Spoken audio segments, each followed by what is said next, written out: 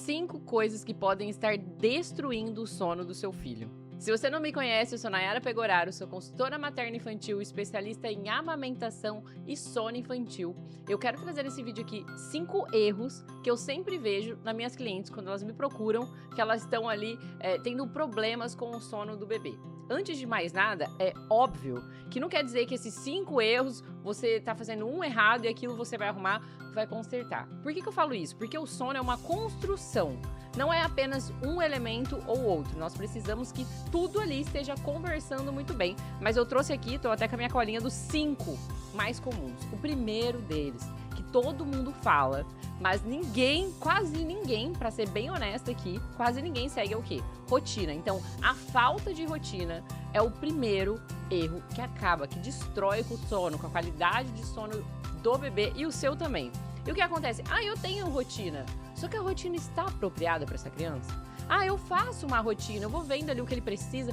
Gente, desculpa, mas é um não, porque durante a sua rotina, por exemplo, pensa você adulto. Você acorda, você faz suas atividades da manhã, atividade da tarde, atividade da noite. Eu, por exemplo, sou uma pessoa extremamente matutina. Meu amor, não me dê coisas pra fazer no final do dia, porque eu vou ter problemas pra fazer isso e não vai ficar tão bom. Por quê? À tarde eu não sou a mesma pessoa, mas tem algumas pessoas que funcionam mais no método, né, numa realidade vespertina. Então, na parte da tarde pra noite, são muito melhores pra criatividade, pra tudo. E por que eu falo que essa rotina precisa ser adequada? Você precisa identificar, o seu bebê é o quê? O bebê que de manhã, que ele tá mais ativo, eu preciso estimular mais ele de manhã, eu preciso levar ele na atividade, precisa que seja de manhã, porque à noite ele já não tá legal, já fica mais irritado. Tudo isso você precisa entender como funciona pro seu bebê e, obviamente, pra sua casa. Não é pegar, que eu sei que você já fez aí, colocar no ChatGPT ou em qualquer inteligência artificial, colocar sua rotina e falar, faça uma rotina pra mim. Por quê? Isso não funciona. Por quê, gente? Pode até melhorar se você não tem nada de rotina, mas por quê? O chat ele não vai avaliar a sua personalidade, a personalidade da criança, as necessidades da criança, porque com certeza você não vai conseguir expressar tudo isso pra ele e ele também não tem esse feeling humano, tá? Que você, mãe, tem de observar o seu filho e ver as necessidades dele. Então, é ter uma rotina que faça sentido pra ele, pro seu filho e pra você também. Se você tem mais compromisso de manhã, não pode ficar com ele de manhã, tudo isso você precisa ir se encaixando e esse bebê precisa ter todos os estímulos durante a rotina, durante o dia dele. Então, uma janela de sono, um tempo que ele ficar acordado, que é a janela de sono ali, o que é? Eu vou estimular visualmente, no outro vou estimular o tato, vou estimular depois o ouvido com músicas, o olhar, tudo isso precisa ser dosado durante a rotina para que realmente essa rotina seja adequada para o seu bebê. Então, avalie se talvez você não está tentando fazer mais atividades com o seu bebê no momento que para ele seria um momento mais de relaxar, não de agitar a criança. Por quê? Também isso vai muito do temperamento da criança mesmo. Como ela se comporta de manhã, como ela se comporta à noite. Tudo isso você precisa analisar. Então, a falta de rotina. Tem gente que, por exemplo, não sabe que horas que a criança acorda, que hora que a criança come, que horas que a criança dorme. Tudo isso afeta o bebê, porque a criança ela precisa de previsibilidade que gera segurança nela para que ela possa dormir bem. Do contrário, isso não vai acontecer. Então esse é o primeiro, a falta de rotina. E a segunda, não entender sobre janela do sono. E vamos lá, o que é janela do sono? Esse termo tão, às vezes, um pouco confuso, que as pessoas confundem um pouco. Janela do sono é o tempo que a criança fica acordada entre uma soneca e outra. Nayara, meu bebê não faz sonecas. Meu amor, se ele não tem mais de 3 anos de idade, ou 2 anos por aí, quando eles param de fazer soneca, depende da criança, tá errado. Você está forçando seu filho a ficar acordado num período que ele deveria estar dormindo. Vamos aqui, janela de sono. Gente, existe uma coisa chamada pressão homeostática do sono. Que isso nós trabalhamos, eu sempre gosto de fazer a comparação como se fosse uma bexiga. Então pensa uma bexiga, ela tem um limite que ela pode encher, depois disso o que acontece? Ela estoura. E a pressão homeostática de sono é exatamente a mesma coisa. Pensa que é uma bexiguinha. Ela tem uma capacidade de encher. Se eu deixo estourar, passou do momento dessa criança dormir. O que vai acontecer? Ela vai ficar extremamente irritada, porque o cortisol, que é o hormônio do estresse que deixa a gente agitado, já passou e estourou o nível dele. E para baixar, a gente vai ter um pouco de trabalho. E essa bexiga, então, a gente tem que deixar ela encher, obviamente, um pouco, mas ela tem que ir esvaziando durante o dia, que são as sonecas. Então, essa pressão homeostática do sono, ela precisa chegar num nível, porque precisa ter a pressão para essa criança adormecer, obviamente, mas ela não pode estourar. Então, sempre lembra, eu sempre brinco, às vezes falo, ih, já passou, estourou a bexiguinha dele, agora a gente vai ter que esperar um pouquinho mais. Então, saber as janelas de sono é basicamente entender isso, até onde o bebê vai. Existem tabelas, obviamente, que você pode se basear. Por exemplo, um recém-nascido, né, ali de 1 mês, ele vai ficar acordado entre 45 minutos e 1 hora. Esse é o tempo limite. Passou disso, 1h30, 2 horas, já estressou, o nível de cortisol dele já foi lá em cima. E aí, quando é recém-nascido, principalmente fica, tá com fome, meu leite não é suficiente, ai meu Deus. Gente, quantos casos de amamentação que eu pego que não é amamentação, é sono. A criança não tá dormindo, então ela fica o tempo todo no peito, ou fica o tempo todo pedindo leite na mamadeira porque ela está com sono, ela precisa dormir. Então, para cada idade, tem sim, eu vou até deixar aqui uma tabela, mas por favor, gente, não pegue o seu bebê e fala, meu filho tem 5 meses, então é 2 horas. São 2 horas. Não, eu quero que você também observe o seu bebê, porque a criança também vai mostrar os sinais de sono. Mas essa tabela é legal, é boa, pra você ter uma base. Porque talvez você não esteja seguindo nada, você deixa lá, a hora que der eu levo pra dormir. E não é bem assim, as crianças precisam também ser oferecidas, você precisa oferecer um ambiente seguro e tranquilo para que ela adormeça. Imagina, você tá no meio da loucura. Se você não pegar, talvez no ninar ou pegar no colo, mostrar que você estava ali, ele não vai adormecer. E por isso é tão importante você saber a janela de sono. Muita gente fala, nossa, eu odeio na hora de fazer o bebê dormir, isso é horrível. Eu já atendi, na verdade, uma cliente há poucos dias atrás. É horrível.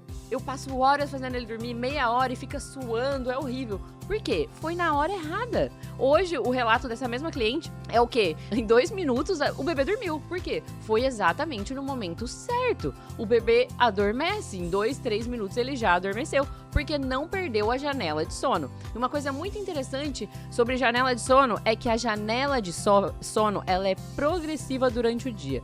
E o que isso significa? Significa que, por exemplo, se ele acorda às 7 da manhã e a janela de sono é de 2 horas, vamos supor, 2 horas é a janela de sono dele, a primeira. Então, 7, 9 da manhã ele vai fazer uma soneca, essa criança vai fazer uma soneca. Na próxima, geralmente já não são 2 horas, são 2 horas e 15 minutos, 2 horas e 10 minutos. Isso vai aumentando progressivamente durante o dia, geralmente dá uma diferença ali de quase meia hora no final do dia, da primeira janela até a última. Isso é muito importante você também observar. E no final do dia, obviamente, como a gente tem a troca hormonal do corpo mesmo, porque o sol se põe, a gente tem essa troca hormonal com os hormônios, né, do dia, vai começando a mudar, a cair, e os hormônios da noite vão começando ali a aumentar. Nós temos essa troca e isso geralmente dificulta o bebê adormecer na última soneca. Isso é muito óbvio e é muito claro, eu tenho certeza que já passei para sua casa. Então, segunda coisa é a não saber janela de sono.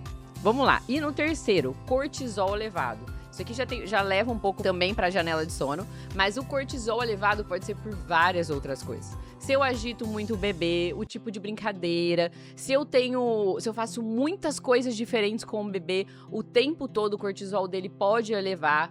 Se também passou alguma situação, vamos supor que a criança caiu um pouco antes de dormir, um pouco antes de ir pra cama, ele caiu, acabou cortando a boca ou algo do tipo, isso vai elevar o cortisol e vai demorar para essa criança conseguir abaixar de novo e conseguir relaxar. Algumas crianças ela acabam até dormindo por causa da exaustão, só que o sono é muito agitado. É aquela criança que até dorme fácil, só que coloca no berço a cada 10 minutos de desperta ou a cada 30 minutos de desperta, porque o cortisol está muito elevado. Nós precisamos tomar cuidado para dosar isso, porque hoje em dia o que acontece?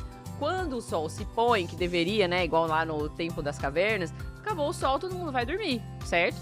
Hoje isso não acontece porque a gente acende a luz e continua como se fosse festa ainda o dia todo. Nós precisamos diminuir toda essa luminosidade da casa, televisão não recomendo deixar ligada no final do dia, nada. Tudo a luz mais baixa que você puder para diminuir ao máximo o cortisol do bebê para que ele possa adormecer mais fácil e também ter um sono menos agitado. Então, terceiro item, cortisol elevado. E o quinto, que aqui eu vou puxar uma sardinha pro meu lado, que é assim, gente, ninguém dorme com fome.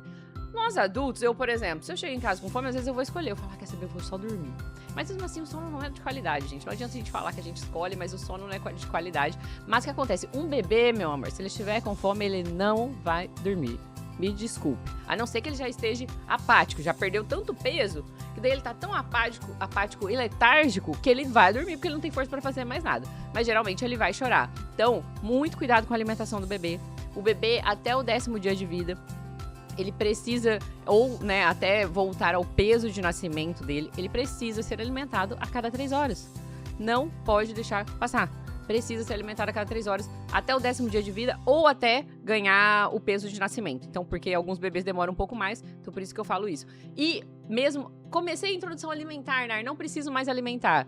Não, até 1 ano de idade, ainda o leite materno ou a fórmula, o que você estiver dando, ainda é o alimento principal. Talvez ele vai mamar um pouco menos, porque ele está se alimentando, mas a cada 3 horas durante o dia você vai ter que continuar.